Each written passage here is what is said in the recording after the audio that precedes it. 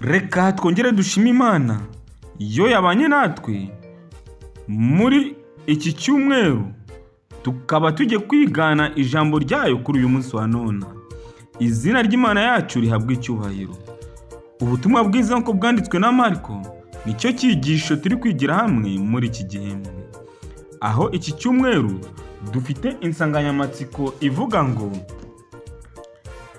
yaciriwe urubanza kandi arabambwa. Aya niyo magambo tugiye kwigana cyane muri iki cyumweru, aho icyo kwibukwa kiboneka muri Marko igice cya 15 umurongo wa 34 hagira hati: ku isaha ya 9 Yesu avuga ijwi rirenga ati, Eloi Eloi lama sabakitani, risobanura ngo Mana yanjye ni iki kikundekesheje. Marko igice cya 15 34 niho aya magambo aboneka. Kuri uyu munsi rero tugiye kurebera hamwe ingingo ivuga ngo ni wowe umwami w'Abayuda. Mbere yo kugira ngo tujye mbere mu cyigisho cy'uyu munsi, dusenga Imana. Data twese uri mu ijuru, turagushimiye, turaguhimbaje, uhabwe icyubahiro. Tugushimiye ko wakomeje kubana natwe ukaturinda. Tugushimiye ko uduhaye amahirwe yo kongera kwiga ijambo ryawe ku munsi wa none. Turakwinginze rero kugira ngo ijambo ryose tugiye kwiga tubashe kuyoborwa nawe, nibyo dusabiye ubuntu mu izina rya Yesu Kristo umwami wacu, amen. Tugiye kurebera hamwe mu butumwa bwiza nk'uko bwanditswe na Marko igice cya 15 duhere ku murongo wa mbere tugeze umurongo wa 15. Dusome aya magambo. Dore haranditse ngo, umutwe w'amagambo uravuga ngo bashira Yesu Pilato. Umuseke utambitse uwo mwanya, abatambyi bakuru n'abanditsi n'abanyarukiko bose bajya inama, baboha Yesu, baramujyana, bamushira Pilato. Pilato aramubaza ati, ni wowe mwami w'Abayuda? Nawe aramusubiza ati, wakabimenye. Maze abatambyi bakuru bamurega byinshi. Pilato yongera kumubaza ati, mbese ntacyo wireguza ko bakoreze byinshi? Ariko Yesu ntiyagira ikindi amusubiza, bituma Pilato atangara. Nuko muri iyo minsi mikuru, uko umwaka utashye, yari yaramenyereye kubohorera abantu imbohe imwe iyo babaga bamusabye. Nuko muri icyo gihe hariho uwitwaga Baraba wabohanywe n'abari bagomye bishe abantu muri ubwo bugome. Abantu barazamuka batangira gusaba ko abagirira nk'uko yamenyereye. Pilato arababaza ati, murashaka ko mbabohorera umwami w'Abayuda? Kuko yamenye yuko ishyari ari ryo ryatumye abatambyi bakuru bamutanga. Maze abatambyi bakuru boshya rubanda bati, ahubwo Baraba aba ari we babohora. Pilato yongera kubabaza ati, ndamugira nte uwo mwita umwami w'Abayuda? Maze bongera gusakuza bati, mubambe. Pilato arababaza ati, kuki yakoze icyaha ki? Maze barushaho gusakuza cyane bati, mubambe. Nuko Pilato ashatse gushimisha abantu, ababohorera Baraba. Amaze gukubita Yesu imikoba, aramutanga ngo abambwe. Inshuti mukundwa, biratangaje kubona Yesu acirwa urubanza kandi nta cyaha yakoze. Pontiyokusi Pilato yari umutegeka w'i Yudaya guhera mu mwaka wa 26 kugeza 36 nyuma ya Kristo. Ntabwo yari umuyobozi mwiza, kandi byinshi mu bikorwa bye byatezaga akaga abaturage b'igihugu cye. Ni ukuri, urubanza Yesu yaciriwe n'Abayuda rwanzuye ko akwiriye guhanishwa igihano cy'urupfu kubwo kwigereranya.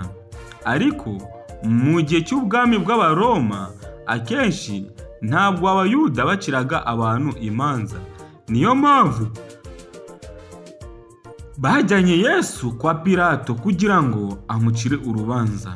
Icyabaregaga Yesu imbere ya Pilato ntabwo cyavuzwe, ariko biroroshye kumenya icyo bamuregaga. Ushingiye ku bibazo Pilato yabajije Yesu, ni wo mwami w'Abayuda? Mu bihe byo mu isezerano rya kera, Isirayeli yimikishaga amavuta abami bayo, bityo ntabwo bikomeye kubona uburyo ijambo Mesiya wasizwe ryagombaga guhuzwa n'icyubahiro cy'ubwami, maze bikagaragara ko Yesu ahanganye n'umwami w'abami. Bityo ikirego cyagejejwe ku banyarukiko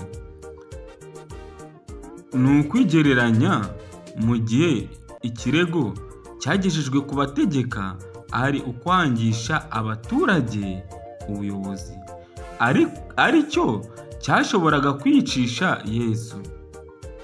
Bashinyaguriraga Yesu bavuga ko ari Mesiya kandi akaba n'umwami w'Abayuda.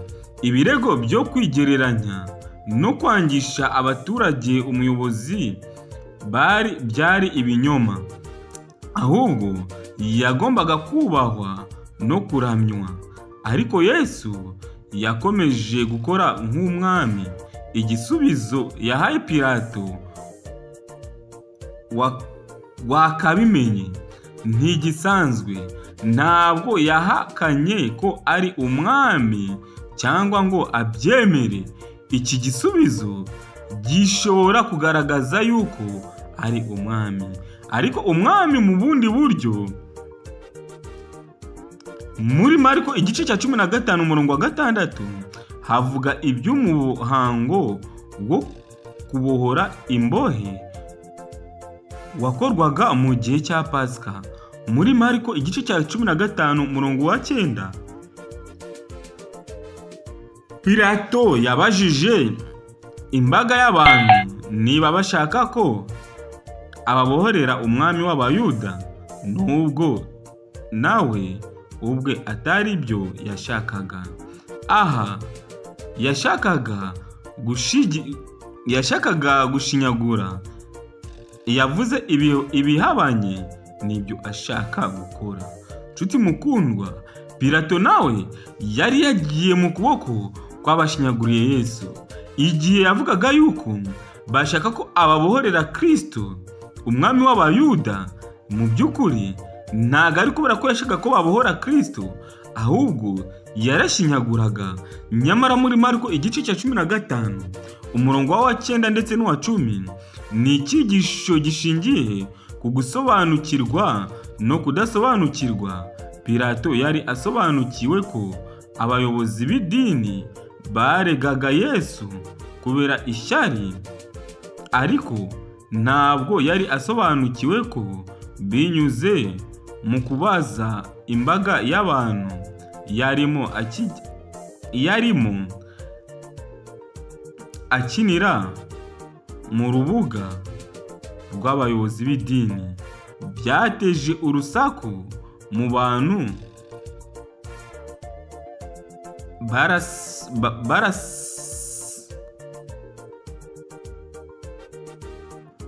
barasakabaka basaba ko Yesu abambwa. Pilato yongeye kubabaza ubwa kabiri. Kubambwa bwari uburyo bwo gupfa buteye ubwoba, by'umwihariko ku muntu wafatwaga nk'intungane.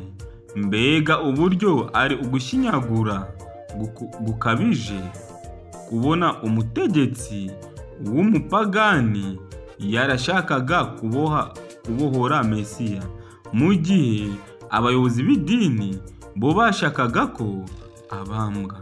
Nshuti mukundwa, Pilato yari umupagani, yari umuyobozi w'umupagani, ariko mu by'ukuri ikigaragara ku bw'agashinyaguro ke, yagaragazaga yuko yifuza kubohora Mesiya. Ibaze umupagani kugaragaza ko akwiye kubohora Mesiya, ariko abategetsi b'idini, abantu b'abakristo, bakifuza ko abambwa.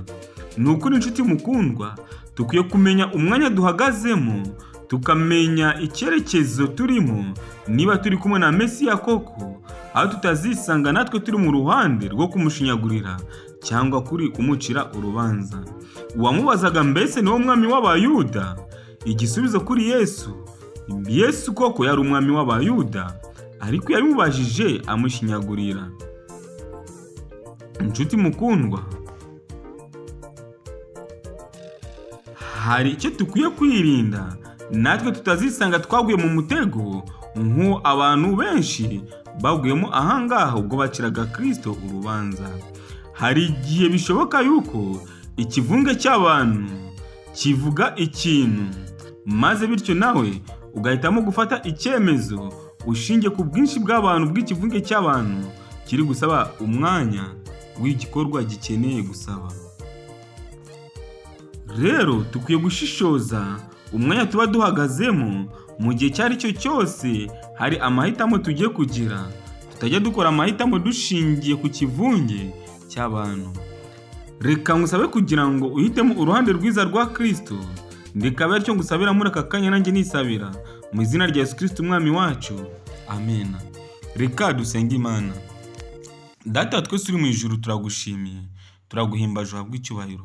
Tugushimiye kuri umuremyi wacu, tugushimiye ko wakomeje kuturinda, tugushimiye ko ukomeje kubana natwe muri aka kanya, tugushimiye ku bw'amagambo meza yawe tumaze kwiga muri aka kanya. Nibyo dusabiye ubuntu mu izina rya Yesu Kristo umwami wacu, amen.